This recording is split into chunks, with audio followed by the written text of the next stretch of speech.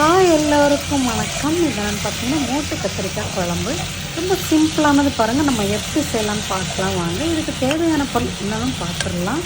ரொம்ப இதுக்கு தேவையெல்லாம் இல்லை பார்த்துக்கோங்க. சின்ன வெங்காயம் ப்ளஸ் பார்த்தீங்கன்னா தக்காளி, கத்தரிக்காய், அது போக பார்த்தீங்கன்னா எண்ணெய், புளிக்கரைசல், கடுகு உளுத்தம் பருப்பு, உப்பு, தேவையான மிளகாய்த்தூள் பார்த்து.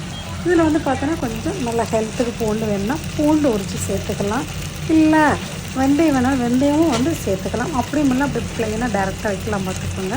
நம்ம முதல்ல எல்லாத்தையும் நல்லா அலசிட்டு வெங்காயம் தக்காளி எல்லாம் கட் பண்ணி வச்சுக்கலாம். கத்திரிக்காய் நல்லா பிஞ்சு கத்திரிக்காய் இருக்கணும். அதே சமயம் பார்த்திங்கன்னா குட்டி குட்டியாகவும் இருக்கணும்.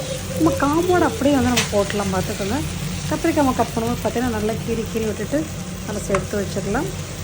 பார்த்திங்கன்னா நம்ம கடாயை காய வச்சுட்டு எண்ணெயை ஊற்றிட்டு எண்ணெயில் கடுகு உளுத்தம் பருப்பு போட்டு வெங்காயத்தை போட்டு அது நல்லா ப்ரௌன் ஆன உடனே தக்காளி சேர்த்துக்கலாம். தக்காளி சேர்த்த உடனே கூட நம்ம கத்திரிக்காய் சேர்த்துக்கலாம் பார்த்துக்கோங்க. அந்த எண்ணெயிலே கொஞ்சம் நல்லா வதக்கிக்கலாம். வதக்கிட்டு பார்த்திங்கன்னா நம்ம மசாலாத்தூள் தேவையான மசாலாத்தூளை போட்டு புளிக்கரசில் ஊற்றிட்டு கொஞ்சம் தண்ணி எக்ஸ்ட்ரா ஆட் பண்ணிவிட்டு கொதிக்க விட்டலாம் பார்த்துக்கோங்க. அவ்வளோதான். கொஞ்சம் தேவையான உப்பு மட்டும் சேர்த்து கொதிக்க விட்டோம்னா சூப்பராக இருக்கும் பாருங்கள். கண்டிப்பாக நீங்கள் ட்ரை பண்ணி பாருங்கள். ட்ரை பண்ணி பார்த்து கமெண்ட்டில் சொல்லுங்கள்.